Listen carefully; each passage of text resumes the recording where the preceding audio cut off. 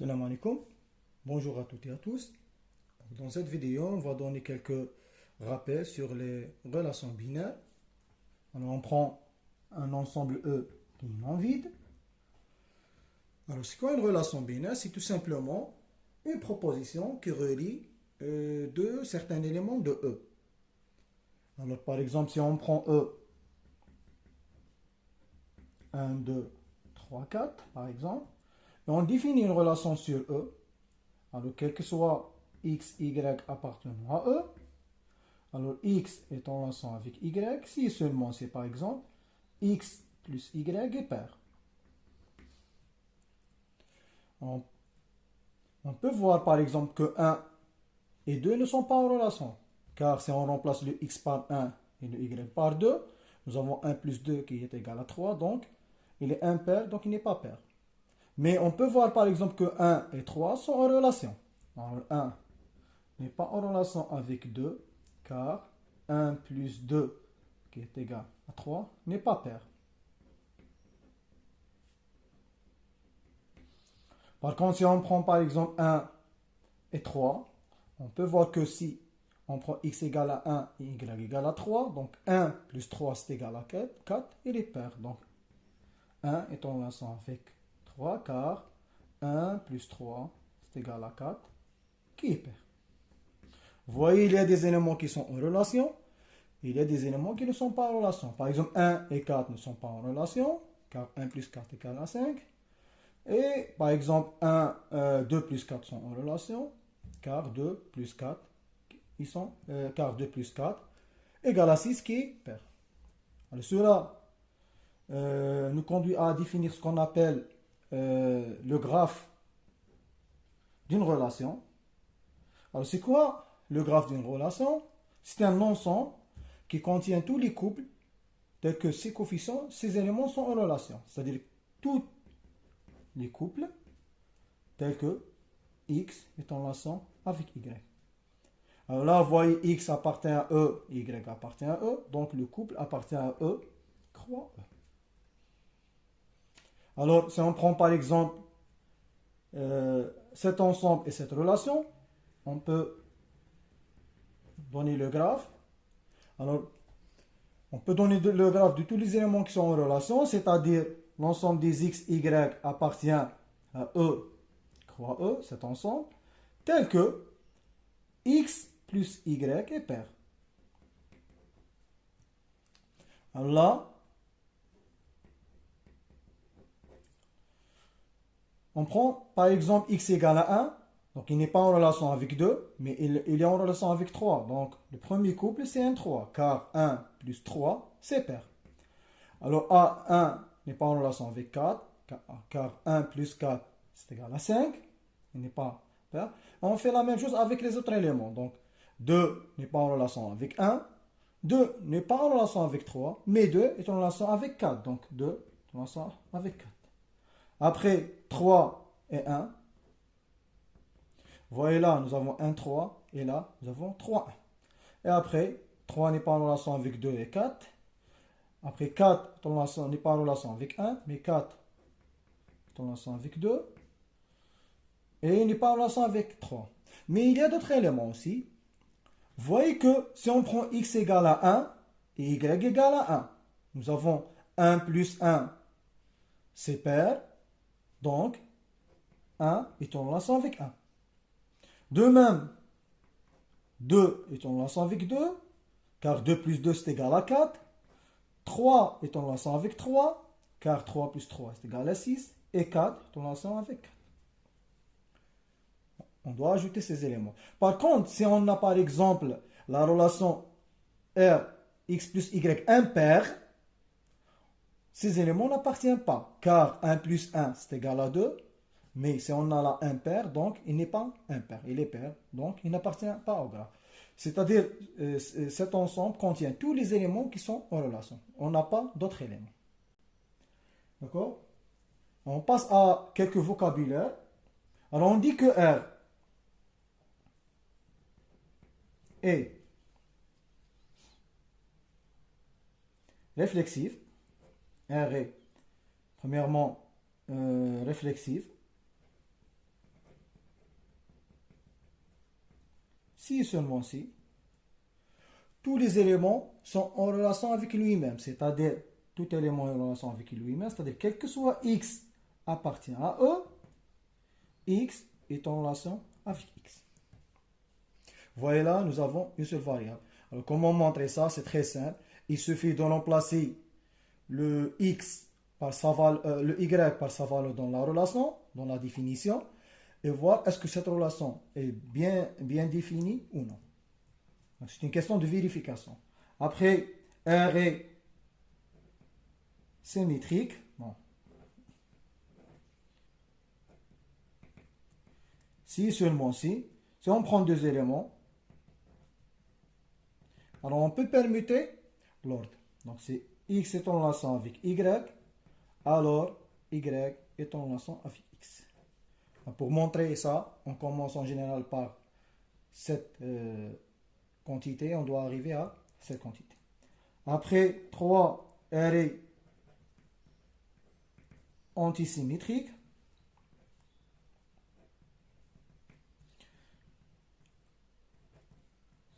Si on prend deux éléments, alors si nous avons x se permute avec y, alors forcément x est égal à y. Alors, quelle est la signification de cette propriété? C'est-à-dire que les seuls éléments qu'on doit permuter, c'est x et lui-même. On ne peut pas permuter deux autres éléments. Et la dernière, alors une remarque, la relation symétrique et non symétrique n'ont rien à voir. C'est-à-dire on peut trouver une relation qui est symétrique, non antisymétrique, une relation qui est antisymétrique, non symétrique, et d'autres relations qui ne sont ni symétriques ni antisymétriques. Alors, R est transitive,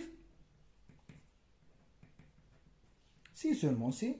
Alors là, vous voyez, nous avons que deux variables, là deux variables. Maintenant, on prend trois variables, quel que soit x, y, ou bien trois éléments, y, z appartenant à E. Si nous avons x est en relation avec y est en relation avec z, alors forcément, x est en relation avec z. Alors pour montrer ça, en général, on commence par ces deux quantités, on doit arriver à cette quantité. D'accord? Alors prenons maintenant un exemple. De ces quatre propriétés, on peut définir c'est quoi une relation d'ordre et une relation d'équivalence. Alors c'est quoi R? Une relation d'équivalence. Si on a R réflexive, symétrique et transitive, c'est-à-dire nous avons 1 plus 2 plus 4. De même, R est une relation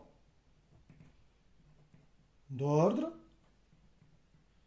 Si on a 1 réflexive et antisymétrique et transitive. Vous voyez, la seule différence, c'est là. C'est-à-dire, la relation d'équivalence, elle est symétrique, et la relation d'ordre, elle est antisymétrique. Alors, on va voir ces propriétés dans un exemple.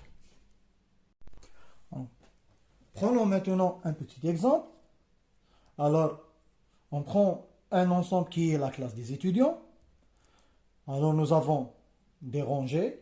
Alors, la première rangée contient 3 étudiants. Deuxième rangée, 2 étudiants. Troisième rangée, par exemple, un seul étudiant.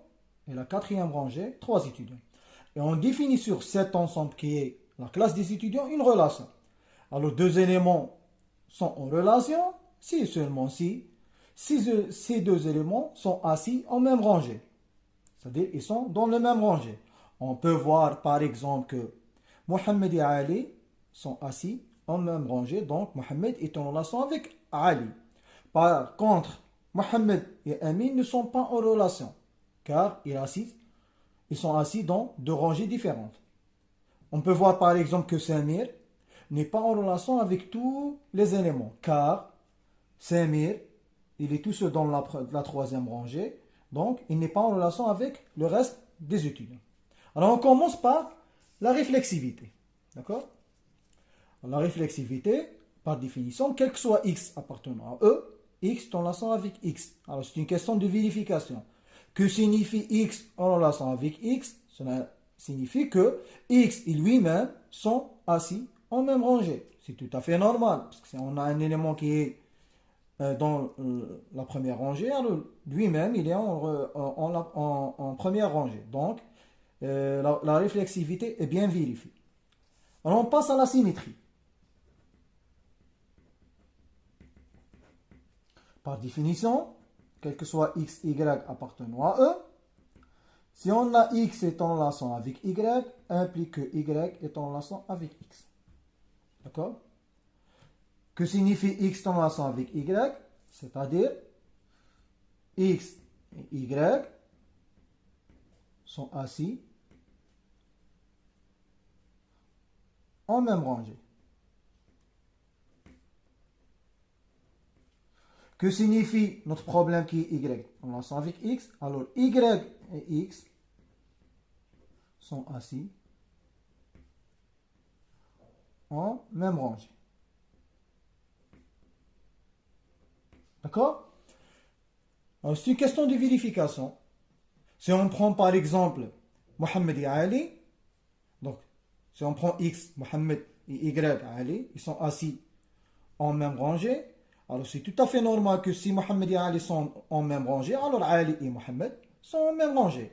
Par exemple, si on prend Mohamed et Amina qui sont dans la première rangée, alors Amina et Mohamed sont en même rangée. Par exemple, si on prend Khalid et Hicham qui sont dans la quatrième rangée, alors Hicham et Khalid sont dans la quatrième rangée. Donc, la relation est bien vérifiée. D'accord? Alors, R est bien symétrique.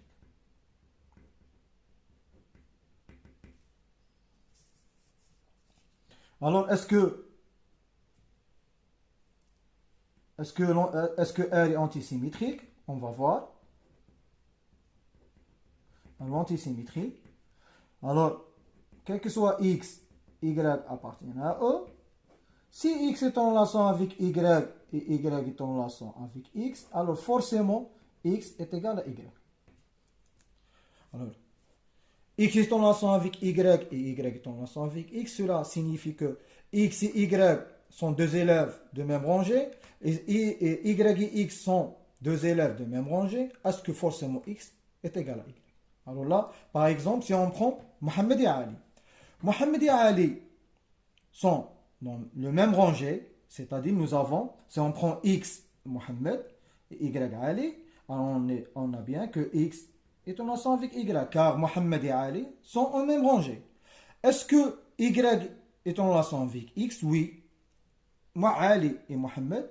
Alors là, Mohamed et Ali, par exemple, sont assis en même rangée. Et nous avons Ali et Mohamed aussi sont assis en même rangée. C'est tout à fait normal. Les deux sont dans la première rangée. Mais est-ce que x est égal à y? Est-ce que Mohamed est égal à Ali? Non. Donc, pourtant, Ali, il est différent de Mohamed. D'accord? Vous voyez, nous n'avons pas x est égal à y. Pourtant, nous avons x en relation avec y et y est en relation avec x. Alors là, la relation n'est pas antisymétrique. Alors R n'est pas antisymétrique. D'accord? N'est pas antisymétrique. Alors la transitivité.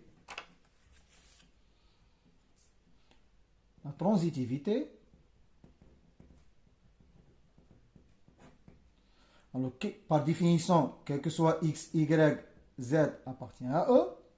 Si x est en relation avec y et y est en relation avec z, alors forcément x est en relation avec z. Alors là, si on prend notre exemple, vous voyez, si on prend Mohamed, Ali et Amina comme trois éléments, on a bien que Mohamed et Ali sont en même rangée, et Mohamed et Ali sont assis en même rangée, et Ali et Amina sont assis en même rangée. Alors, forcément, Mohamed et Amina sont en même rangée. On ne peut pas appliquer cette définition sur ces éléments car nous n'avons pas trois éléments. La même chose là. Si on prend la quatrième rangée, Samia et Khaled sont assis en même rangée. Et Khaled et Hicham sont assis en même rangée. Donc automatiquement Samia et Hicham sont assis en même rangée. Donc finalement R est une relation. R est transitive.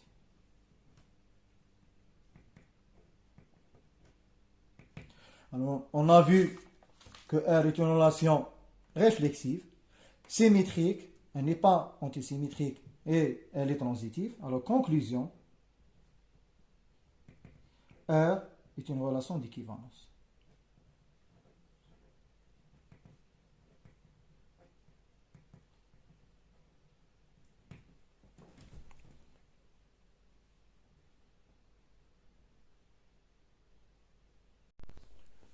Prenons maintenant un deuxième exemple. Alors, on va définir une relation sur deux ensembles différents. L'objectif de cet exemple est voir que l'ensemble dont on travaille est très important. Alors, deux éléments sont en relation. C'est A moins B est divisible par 3.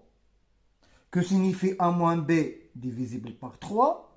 C'est-à-dire A moins B, c'est égal à 3 fois quelque chose. C'est-à-dire A moins B, c'est égal à 3 fois K. Donc K appartenant, il existe un K, appartient à N. D'accord?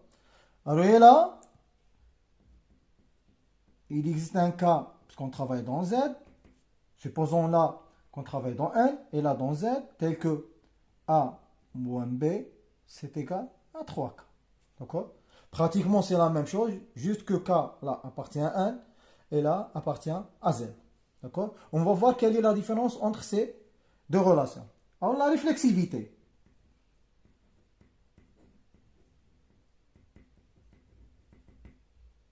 Okay?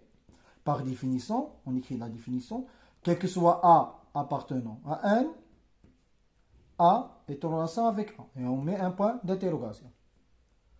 Alors, dans le brouillon, on écrit dans le brouillon, que signifie A est en relation avec A? C'est équivalent à dire que, est-ce qu'elle existe? Toujours on cherche ce qui est après il existe. On ne cherche pas ce qui est après quelque chose. Est-ce qu'il existe un cas appartenant à N tel que A moins A c'est égal à 3K? C'est ça la question, c'est ça le problème. Bien évident que A moins A c'est égal à 0. Donc est-ce que 0 s'écrit sur la forme 3 fois K?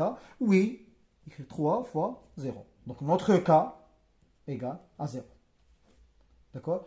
Alors là, on ne commence pas par notre propriété, notre problème, sauf si on part par des équivalences. Alors, on écrit pour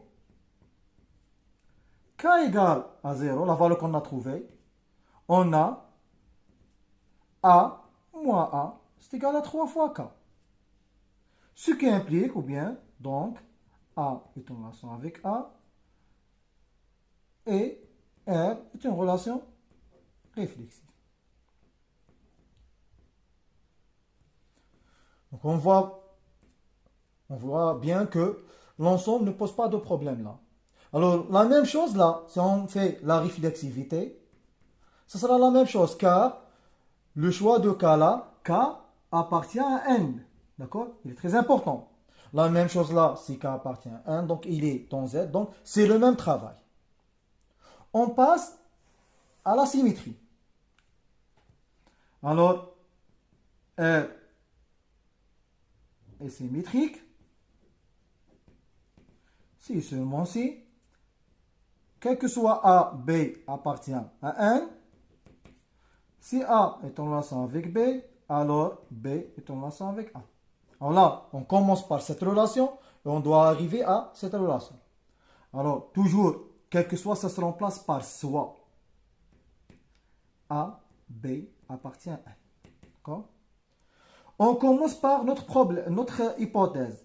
A est en relation, parce qu'on a une implication, cette partie c'est l'hypothèse, cette partie c'est le problème. Par définition, c'est égal à quoi? il existe un cas appartient à N, tel que A, il existe un cas appartenant à N, tel que A moins B, c'est égal à 3K. D'accord? Quel est le problème? Le problème, c'est B est en relation avec A. Le problème, est-ce qu'il existe un autre cas, ou bien L, tel que B moins A, c'est égal à 3 fois L. C'est ça le problème. D'accord? On doit aller de cette définition, on doit arriver à là. Alors, si on commence par, ou bien directement, si on commence par cette relation, A moins B, c'est égal à 3K, on doit arriver à B moins A. Alors, pour arriver à B moins A, il suffit de multiplier les deux côtés par moins 1. Alors, on multiplie les deux côtés par moins 1. Alors, on multiplie les deux côtés par moins 1. Donc, qu'est-ce qu'on trouve? On trouve B moins A, c'est égal à 3 fois moins K. D'accord? Ça ressemble à cette relation, sauf que la différence, c'est que là, nous avons, si K appartient à N, implique que L, implique que K moins K, qui est L, appartient, sauf si on a K appartient à N, alors moins K n'appartient pas à N, sauf pour K égale à 0. D'accord? Donc, vous voyez que si on pose le moins K, c'est égal à L, ce qui implique que B moins A, c'est égal à 3 fois L. Le problème, c'est que L n'appartient pas à N. Donc, la relation n'est pas une relation symétrique. Par exemple, si on prend A égale à 1, égale à, par exemple, 4, et B égale à 1, là, on donne un contre-exemple, nous avons A est en relation avec B, car 4 est en relation avec 1, parce que A moins B, c'est égal à 3, c'est égal à 3 fois K.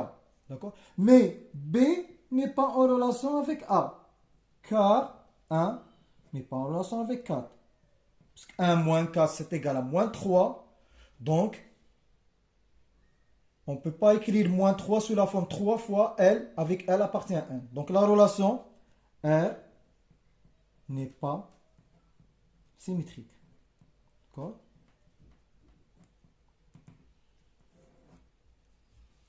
Par contre, si on fait la même chose dans Z, alors cela ne pose pas un problème. Là, nous n'avons pas un problème. Et là, nous n'avons pas un problème. Là, cette partie reste la même. Sauf là, puisque K appartient à Z dans notre cas, d'accord, implique que moins K appartient à Z. Et on pose là, posons le L qu'on doit chercher, puisqu'on doit chercher le L, c'est égal à moins K. Bon, il est bien dans Z. Ce qui implique que B moins A, c'est égal à 3 fois L. Vous voyez la différence? C'est-à-dire là, moins K n'appartient pas à N, donc on a un problème. Mais si on suppose qu'on travaille dans Z, alors B moins A, c'est égal à 3 fois L. Donc c'est bien B en relation avec A. D'accord? Ce qui implique que R est symétrique. Vous voyez, l'ensemble dont on travaille est très important. C'est pour ça que je vous ai donné cet exemple pour voir que l'ensemble est très important. Alors, on fait par exemple l'antisymétrique.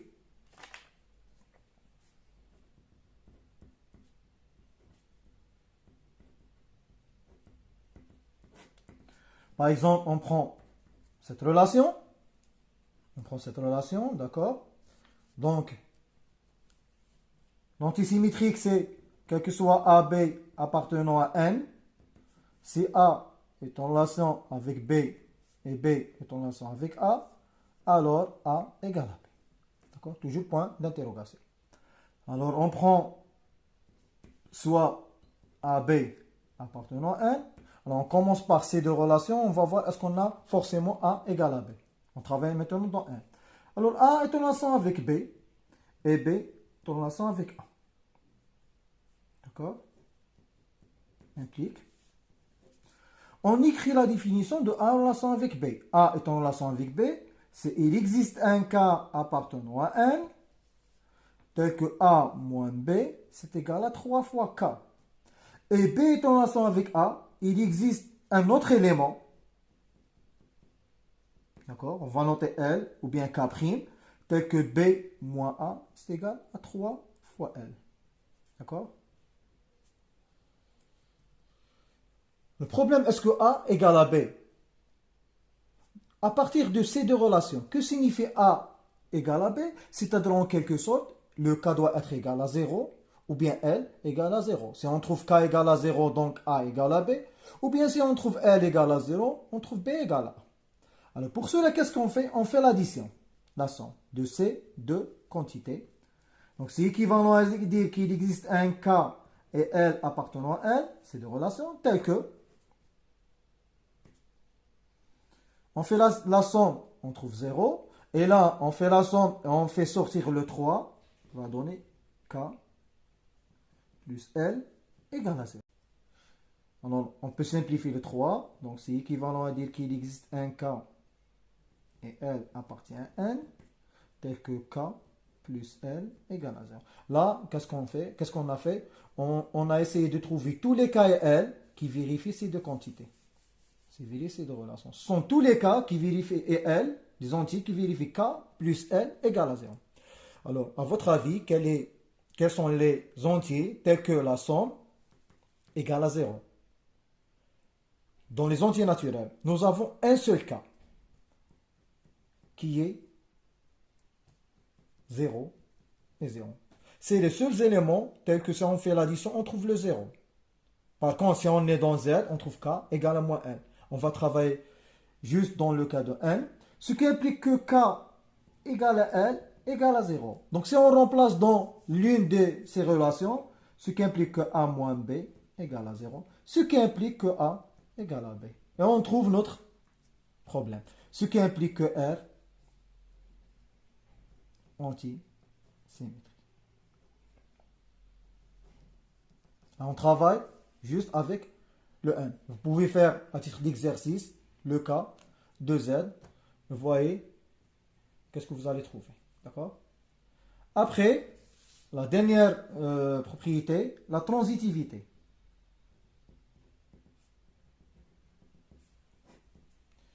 Donc, par définition, on prend quel que soit AB appartenant à N. Si A est en relation avec B et B, on ajoute là un C, 3 éléments, B est en relation avec C, implique que A est en relation avec C. Alors, ces deux relations sont les hypothèses, et cette relation, c'est le problème. Donc, on prend toujours soit, quel que soit ça se remplace par soit, A, B, C appartient à N. On prend A en relation avec B, et B est en relation avec C. C'est équivalent à dire. Il existe un cas appartenant, c'est-à-dire là A moins B est divisible par 3, il existe un cas appartenant à 1 tel que A moins B c'est égal à 3K. Et là il existe un L appartenant à N tel que B moins C égale à 3K. Alors quel est le problème? Le problème est-ce que A est en relation avec C? C'est-à-dire A moins C c'est égal à 3 fois quelque chose qui appartient à N. D'accord? Alors tout le problème, c'est de déterminer cette quantité. On cherche ce qui est là. On peut ajouter, il existe cette quantité, telle que A moins C, est égale à 3 fois cette quantité. D'accord? Alors le problème, est-ce qu'on peut trouver cette quantité à partir de ces deux hypothèses? Alors, pour trouver A moins C là, il y a deux méthodes. Soit on tire le B de là et on remplace là. Sinon, on fait l'addition, toujours, la somme. On trouve, il existe un K et L appartient à N, tel que, si on fait la somme, alors B va disparaître. Tel que A moins C, c'est égal à 3. Là, c'est L. D'accord? K plus L. Alors, ça ressemble à cette écriture. Donc, on pose, par exemple, cette quantité, on va poser K'. D'accord? Il est bien évident que K' appartient à 1. C'est la somme de deux entiers naturels, donc c'est un entier naturel. Ce qui implique que A est en relation avec C. Et on trouve notre problème. D'accord? Alors, on a vu que la relation, elle est réflexive. Elle n'est pas symétrique. D'accord?